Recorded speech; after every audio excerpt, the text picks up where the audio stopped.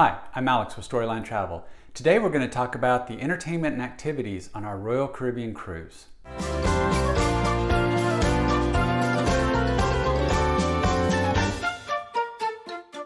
Hey, we're glad you're here. We're going to talk about what we did on our Royal Caribbean cruise out of Galveston, Texas. We had a 5-night cruise. From Galveston to Mexico, we stopped at Costa Maya and at Cozumel. And for this cruise, we decided not to get off the ship at any of the ports. And so we were going to use the ship's entertainment to keep us from getting bored. Before we get started and talking about all the interesting things we found, we just want to welcome you. We're glad you're here. We ask that you let us know below. Have you done Royal Caribbean? What are your favorite onboard activities if you have cruised? And let's see if the things we did match up with what your favorites were. Thanks for joining us. All right, let's get started. As I said before, we had decided not to exit any of the ports. A big reason for that is at this time when we're cruising, there's still some COVID regulations in place, and we weren't quite sure what was going to be required of us to get off in Mexico. At the same time, some of our travel party had limited mobility issues, and so we just decided with a short stop in Costa Maya, it was only like 5 hours, and with going to Cozumel, that we would just stay on board the ship and entertain ourselves with all the different activities. Were we bored? And the answer is no, definitely not bored. Royal Caribbean offers many types of entertainment and activities to keep their guests entertained throughout the cruise process and experience. So let's start with entertainment. Each evening we had the opportunity to go to some type of show stage production that was put on. For this particular cruise, we did have a comedian who entertained us a few nights, both kicking off the cruise on that first night and giving us the belly laughs and really charging up the cruise, all the way to the final evening, bringing in some of the things that had happened on board the cruise ship as we laughed our way towards the end of the cruise. It was really a lot of fun. As we mentioned before, on this Royal Caribbean ship, Adventure of the Seas, there was an ice rink on board. We'll talk a little bit about that later in other activities. But one of the things that they had was there were 4 different productions of an ice show that was there. And we, one evening, got the chance to enjoy that ice show. The ice show did require reservations, and that was something that we found very important on that first day, was to look for any reservations we needed to make. We called the box office from our shiproom phone and picked the showing that we wanted. And I know by the end of the second day that those showings had all been booked up, all the reservations were gone. It is a smaller ice rink, and so the seating is on 3 sides, somewhat smaller as well. And so there's very limited seating. So you want to make sure that you take a look at any reservations that are required.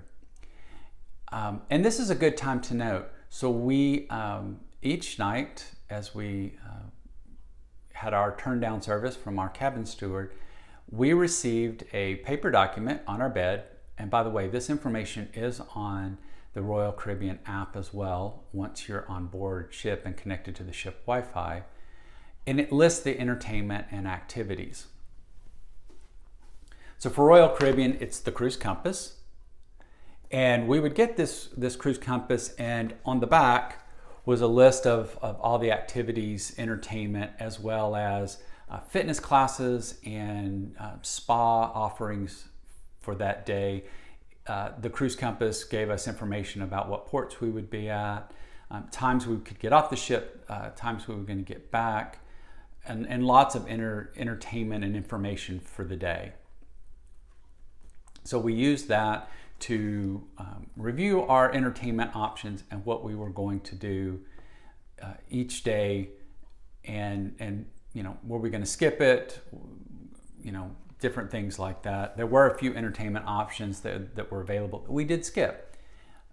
just didn't appeal to us, or the timing didn't work out for for our dining, for example. And just to mention, a lot of these evening entertainment shows are scheduled between the early dining and the late dining, so that you can enjoy the entertainment and still hit your regular dining time. Now, obviously, for my time dining, that might be an interference and something that you want to take a look at. If there is an entertainment option that you would really like, take a look at those options, schedule your my time dining accordingly.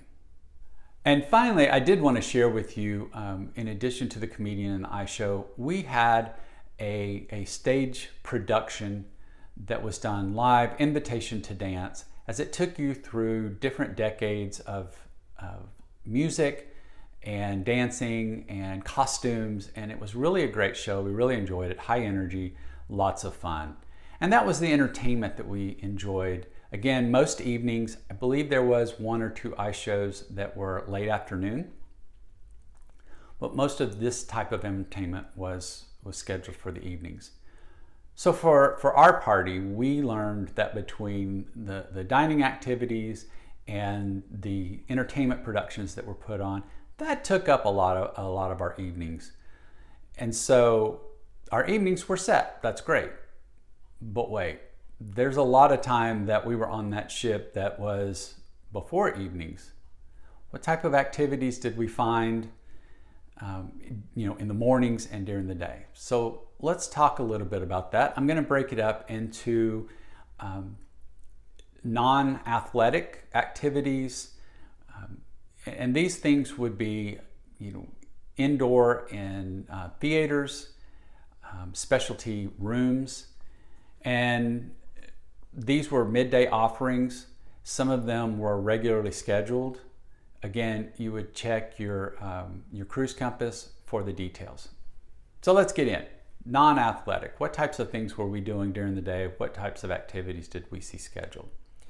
First was trivia. There were many different types of trivia contests. Some of them were general trivia, just general knowledge. Some of them were more specific, like geography.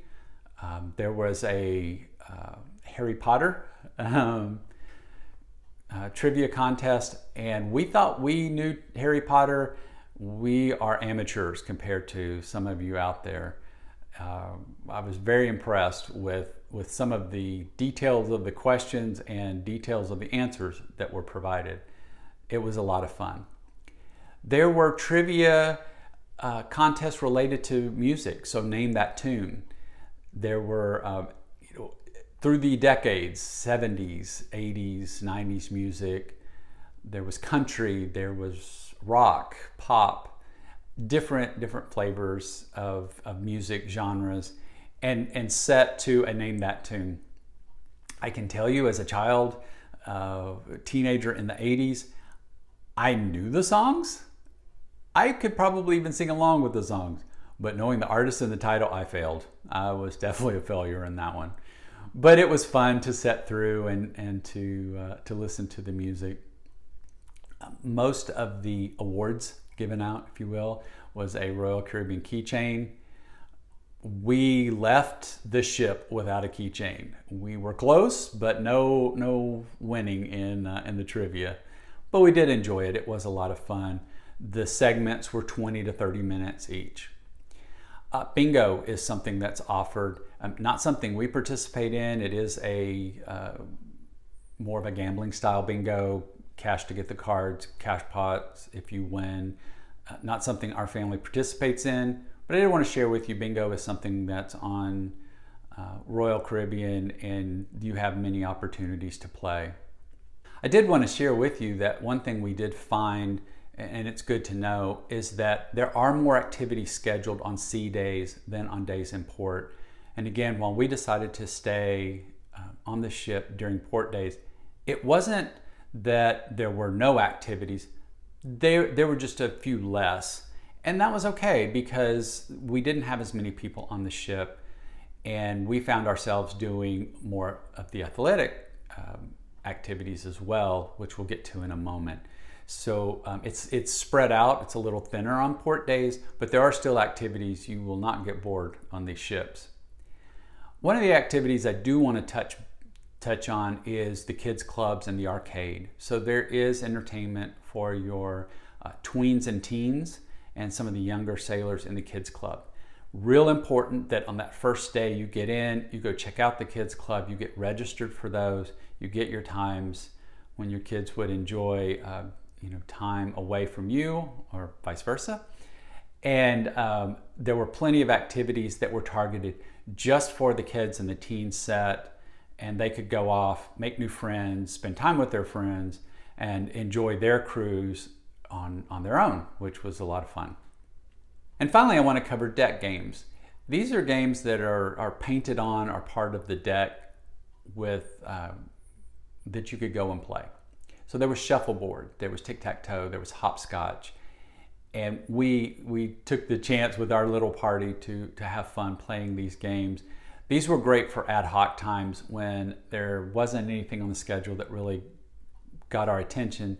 We wanted to be outside, we wanted to have a few minutes of fun, and this allowed us to do many activities, being out on the deck, seeing the beautiful port if we were in port, or watching the ocean go by on sea days. So those were our non-athletic activities that we enjoyed. And finally, let's talk about the athletic activities. Royal Caribbean is really known for some of their athletic activities on board the ship. And we got to experience a lot of those either through participation ourselves or just watching others and really enjoying the activities. So let's start with the pools. There were two main pools. One in the center of the ship is really available for anyone. There's actually two pools at the ship with a walkway between the two. And actually a good number of hot tubs that were there. If you are standing, with the front of the ship behind you, on one side you would have a pool area, and at the end was a kids zone with small water slides and splash pad area. On the other, balancing that out, was a hot tub. On port days, we found the pool to be comfortably vacant. We actually were able to get into a hot tub and have it to ourselves for a short period of time. And I highly recommend, if you've been to a port before or one that really doesn't have excursions that interest you, it's okay not to get off, and you may find you enjoy the pool a little bit more when there's less traffic. The other pool area is in the adult area in the solarium. The solarium on our cruise was 16 plus adult, so adult age was set at 16. We did find it to be very crowded on sea days, but on days where we were at port, it again was very quiet. You did not have the younger kids running around, jumping, splashing, and you had the peace of the pool as adults. It was a beautiful area, and one we would spend time in, just relaxing, and many times turning our chairs around, looking out of the ocean and watching the sea go by on those sea days. It was lots of fun. And continuing with the water themes, there were water slides. There was a water slide that went into the main pool area in addition to the kids slide. And then on aft, on the back of the ship at the top deck, were two really tall spiraling slides, and you could race those slides. So you and a companion could both go down the slides together and see who came out first. We did see a number of couples, husband and wife, racing each other down the slides. It was lots of fun. And finally, the thing I want to cover on the athletic area that's tied to water is the flow rider. So the flow rider was available for all skill levels during open sessions. You talk to the crew member to give them an idea of where your skill level was. You were just beginning and starting out, and they would give you tips or tricks on how to get going. So for the beginners, getting out and doing more of a boogie board, you're laying on your stomach and you're just getting used to the water and riding. After a while, you would be asked to move up to try to hop up on your knees after you started out. and then learn, how do I go from my stomach to my knees to my feet. On the last sea day, they definitely divided up the flow rider into areas of skill level, and they would have beginner flow rider, they would have intermediate flow rider, and then they would have the advanced. And these surfers were phenomenal. They would get out, they're standing up as they go out surfing. They would do spins on the surfboards. It was really phenomenal to see. And you could tell that there were some experienced cruisers, or at least those who had spent time in Hawaii or other surfing destinations, that did a great job on the surfing. Let's talk about the rock wall. The rock wall was open, had open times many times during our cruise. You could go out, you were on, I guess, deck 13 going up, so you're really up high. They had the safety harnesses on the rock wall, and they had typically 3 streams, easy, medium, and hard. I actually ended up doing the hard level when I tried it because we had a number of younger passengers who were climbing the rock wall. And I can tell you, about halfway up, between my fear of heights and the fact that I was kind of climbing over myself, if you will, because of the curve of the rock wall, about halfway up, I was good enough to just say I did it and move on. But the rock walls were fun. They did have different times for skill levels, including one that was adult speed climb. Quite amazing to watch some of these adults scamper up the wall and ring the bell. And if you are into rock climbing, I highly recommend trying it out.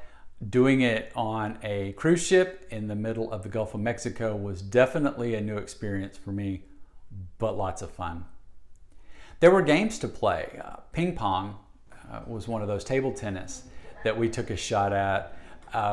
It was interesting in that there was a cross breeze as we played table tennis. So in addition to playing against your opponent, you were also playing against the wind, and made for additional challenges as you played the game, but lots of fun. And then there is a miniature golf course on deck 12, and it's actually deck 12 and 11. And so you start out with a handful of holes on deck 12, and one of those holes will you'll putt into a hole that goes down through a series of metal tubes that wind down and put you down on deck 11, and then you finish playing your mini golf on deck 11.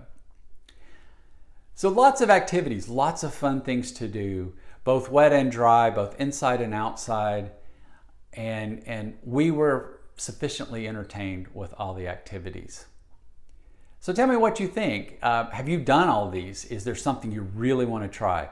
Have you done the flow rider? Are you an expert? And give us a comment below. Let us know what you think. And we're glad you're here. We're glad you got to this point. We do ask you to give us a thumbs up. Tell us you like this so that other folks can have the chance to hear about what happened on our Royal Caribbean cruise. And subscribe. We really appreciate that. We're trying to get our subscribers up, so we would love it if you would subscribe and be here with us as we talk about family travel. And finally, turn on that notification. Every Friday, we're trying to get a post out here to you so you hear about travel tips, tricks, experiences we had, and we want to share that with you so that we make your family vacation even better. And at Storyline Travel, we believe every adventure is a story waiting to be told.